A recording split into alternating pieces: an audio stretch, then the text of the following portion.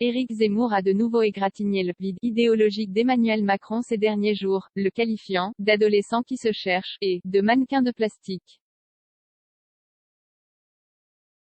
Pas encore officiellement candidat à sa réélection, le chef de l'État n'a pour le moment répondu que de manière indirecte aux candidats identitaires, comme ce mercredi lors de son déplacement à Vichy. Après des semaines d'hésitation, la majorité souhaite désormais répondre à l'ex-polémiste de manière frontale, sur le fond des sujets. Après avoir encaissé les coups, les macronistes se préparent-ils à en donner? Dimanche, lors de son meeting à Villepinte, Éric Zemmour a fustigé « le néant idéologique d'Emmanuel Macron, un mannequin de plastique, un automate qui erre dans un labyrinthe de miroirs, un masque sans visage qui défigure le nôtre ». Mardi, sur BFM TV, l'ancien journaliste a enfoncé le clou, c'est un adolescent qui se cherche, on a l'impression d'un type qui n'est pas fini, qui n'a les idées claires sur rien. Malgré l'intensité des attaques, du côté de l'Élysée, on fait la sourde oreille. Pas encore candidat, le chef de l'État entend rester au-dessus de la mêlée, n'évoquant son adversaire que par des allusions indirectes, comme ce mercredi à Vichy.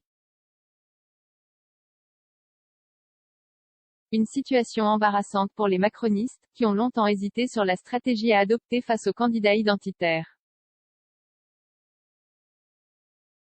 Il est très fort pour fixer l'agenda médiatique. Faut-il y répondre? Il y a quelques semaines, un cadre de La République En Marche reconnaissait les hésitations stratégiques face à l'émergence d'Éric Zemmour.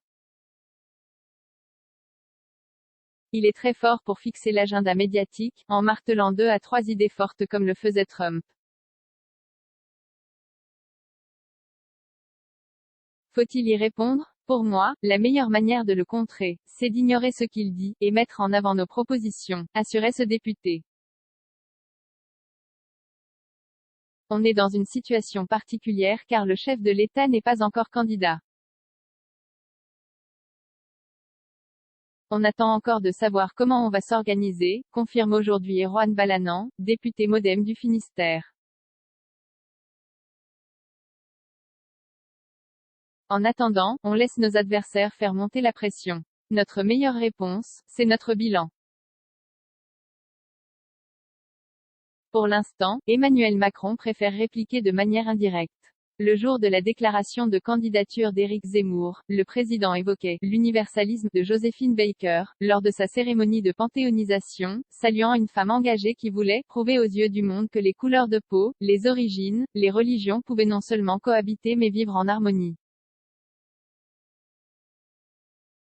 Ce mercredi, lors d'un déplacement symbolique à Vichy, il a mis en garde contre toute manipulation de l'histoire, en référence aux propos de l'ex-chroniqueur de CNews sur le régime de Pétain.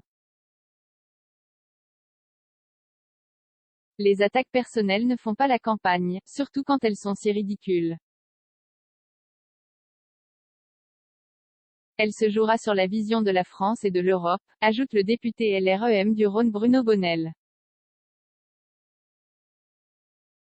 La stratégie est désormais claire, l'attaque frontale, pied à pied, sur le fond des sujets. Le chef de l'État évoquera d'ailleurs ce jeudi, lors d'une conférence de presse à l'Élysée, ses priorités pour la présidence française du Conseil de l'Union européenne, qui débute le 1er janvier. Une nouvelle occasion de prendre de la hauteur, mais le président jupitérien n'échappera probablement pas à des questions sur Éric Zemmour. Il ne faut pas tirer à vue, ce serait lui accorder trop d'importance et ferait monter la pression inutilement. Il faut prendre de la hauteur, continuer de montrer qu'on bosse, avant de dégainer quand le moment sera opportun, assure François Patriat, le patron des sénateurs macronistes. Mais face à la dynamique Zemmour et à la virulence des attaques, certains marcheurs veulent enfiler les gants. On n'a d'abord rien dit, et il est monté dans les sondages. Quand on a riposté sur le fond, sur ses errements du Bataclan, le doigt d'honneur, ses propos sur les femmes. Il s'est montré fébrile, et ça l'a fait baisser. On a mis du temps, mais la stratégie est désormais claire, l'attaque frontale, pied à pied, sur le fond des sujets, assure Sacha Houlié. Le député LREM de Vienne devrait piloter la cellule « riposte » de la majorité, en place depuis 1 mois et demi, qui devrait bientôt être officialisée. Une manière de muscler les éléments de langage face à Éric Zemmour et les autres adversaires, Marine Le Pen et Valérie Pécresse en tête. Et le ministre de l'économie Bruno Le Maire sera le premier membre du gouvernement à monter sur le ring face au candidat Zemmour, ce jeudi soir, lors d'une émission sur France 2.